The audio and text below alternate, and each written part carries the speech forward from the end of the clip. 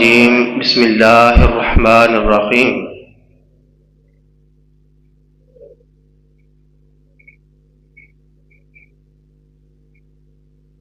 والکاظمین الغیظ والعافین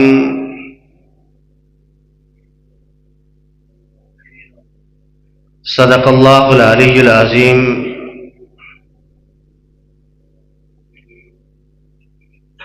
ہمہ قسم کی حمد و ثنا بارگاہ الہ العالمین میں حمد و ثنا جناب رسول اللہ صلی اللہ علیہ وآلہ وصحبہ وسلم و تسلیما کثیرا کی ذات اطہر و مطہر کے لیے۔ عزیزان گرامی،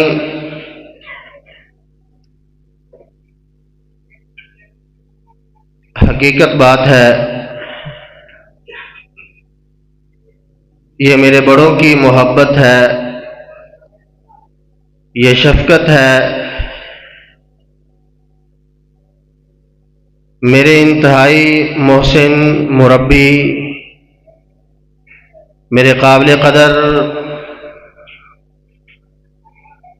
میرے اور آپ کی محبت کے مرکز جناب حضرت علامہ احمد وقاص ظہیر صاحب نے جس محبت سے نوازا ہے، جب سے جڑا والا میں تشریف لایا ہوں تب سے اب تک اس محبت کا مقروض ہوں۔ یہ لفاظی کی حد تک نہیں، حقیقت میں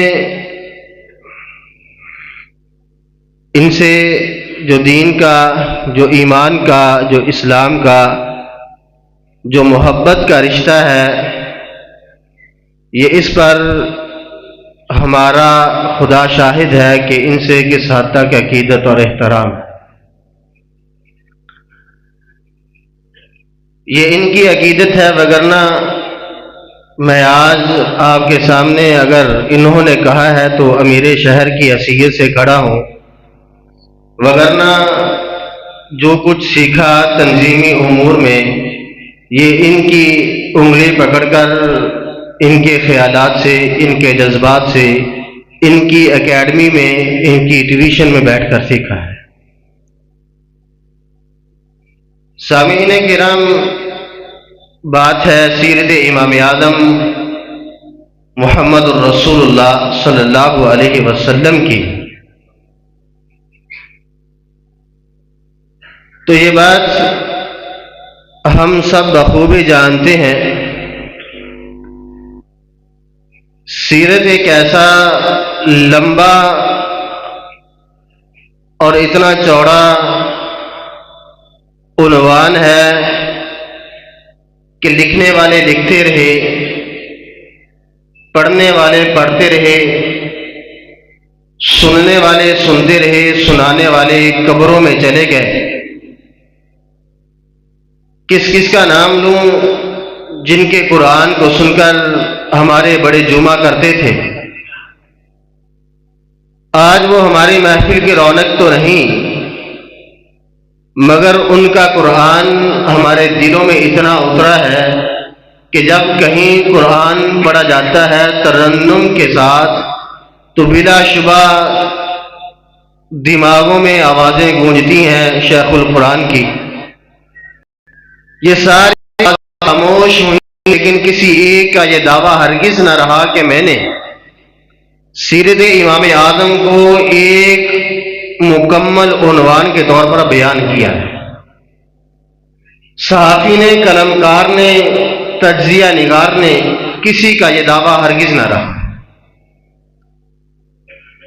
لیکن مسئلہ یہ ہے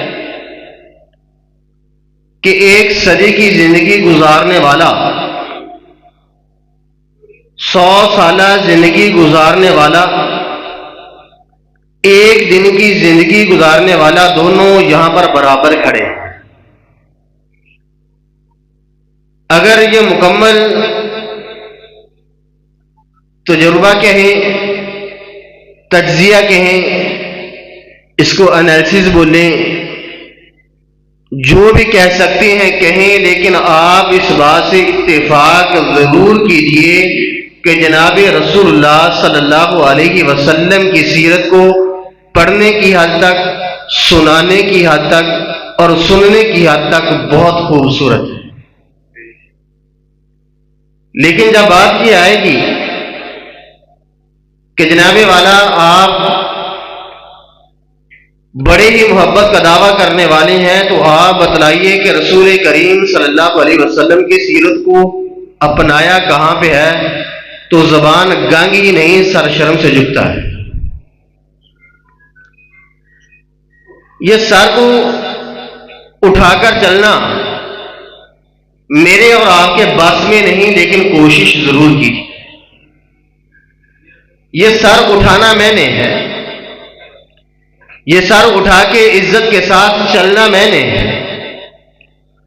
لوگوں کو دکھلانا میں نے ہے، لوگوں کو سمجھانا میں نے ہے کہ لوگوں، میں جناب رسول اللہ صلی اللہ علیہ وسلم کی سیرت کی تصویر کھڑا،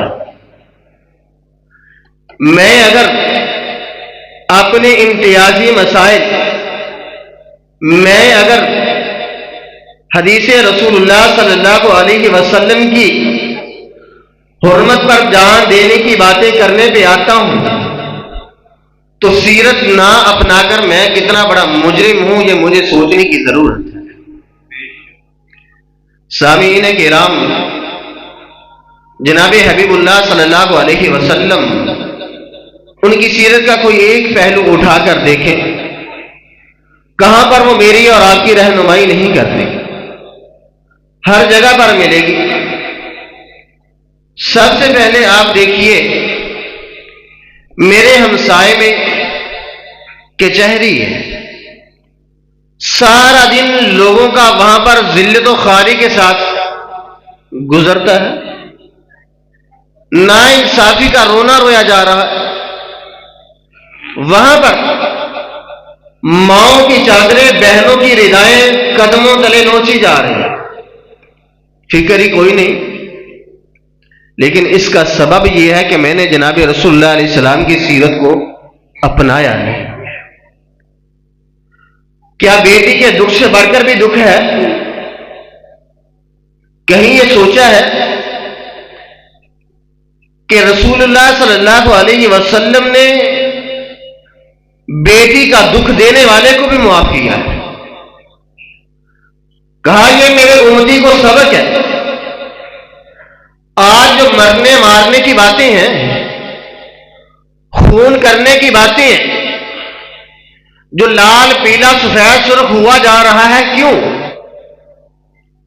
یہ سوچ میں نے اس بندے کو معاف کیا ہے جس بندے نے میری بیٹی حاملہ کو اپنے نیزے اور پھالے کے ساتھ دکھ اور تکلیف سے دوچار کیا۔ آج میں محمد صلی اللہ علیہ وسلم اس کو معاف کر رہا ہوں۔ یہ سیرت میں اور آپ نہیں اپنائیں گے تو پھر کون اپنائے گا؟ پھر معاشرہ درست سمت میں نہیں چلتا۔ یہاں پر ایک بات اور نوٹ کیجیے، جناب رسول اللہ صلی اللہ علیہ وسلم نے اپنی سیرت سے اس بات کا اظہار کیا ہے، کہا کائنات کے لوگوں یہ بات یاد رکھیے گا، نواسے جناب حسنین کریمین رضوان اللہ علیہ مجمعین سامنے سے آئے اور رسول اللہ صلی اللہ علیہ وسلم منبر سے نیچے اترے، نیچے اتر کر بوس و کنار کیا، بوسہ دیا ہے، اٹھایا ہے، اٹھا کر منبر پر آئے۔ کہا کائنات کے لوگوں یہ میں نے سمجھانا یہ چاہا ہے کہ یہ اولاد میری اور آپ کی، یہ اولاد میری ہے، تربیت میں نے کرنی ہے، پکڑنا میں نے، کسی نے سخت ہاتھوں سے بھی پکڑا تو میں محمد کو تکلیف ہوگی۔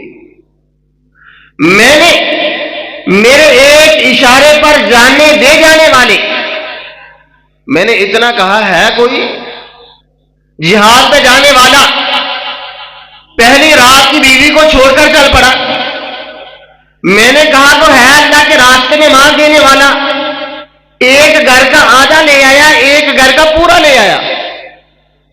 چھوڑنے والوں نے تو کچھ نہ چھوڑا, تو پھر کس بات کی دیر ہے؟ میں ان کو اشارہ کرتا تو میرے نواسوں کو یہ تلیے پہ اٹھا نہ لاتے, اٹھا کے لاتے.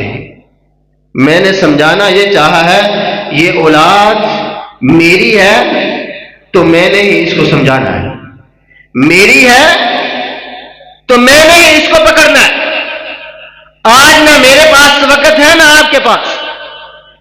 میں نے گھر میں ٹیوٹر رکھا ہے, سکول سے کالج جانے کے لیے رکشہ ہے, سکول سے یونیورسٹی جانے کے لیے کیری ہے. نہیں ہے باپ کے پاس وقت, نہیں ہے ماں کے پاس ٹائم, بڑے بھائی کے پاس سب کچھ ہے, لیکن بہن جوان ہے, اس کو چھوڑنے کے لیے یونیورسٹی تک کا وقت نہیں ہے. اس سیرت سے منہ موڑ کر جناب امام اعظم رسول اللہ صلی اللہ علیہ وسلم کی سیرت کو چھوڑ کر جب بیٹی آپ کی پگڑی کو پاؤں کو ٹھوکر لگا کے جاتی ہے, پھر رونا باپ کا نہیں بنتا, پھر رونا باپ کا نہیں بنتا. پھر اس چوکھٹ پہ سر رکھ کر رو کر اپنے آپ کو ٹٹول کر اپنے آپ پر دیکھ کر رونا پڑنا ہے اور دعا مانگنی پڑنی ہے. اللہ سے دعا کے مال کے کائنات قرآن و حدیث کو سمجھنے اور اس کے مطابق زندگیاں بسر کرنے کی توفیق دے. اقول قولی ھذا استغفر اللہ لی ولکم ولسائر المؤمنین.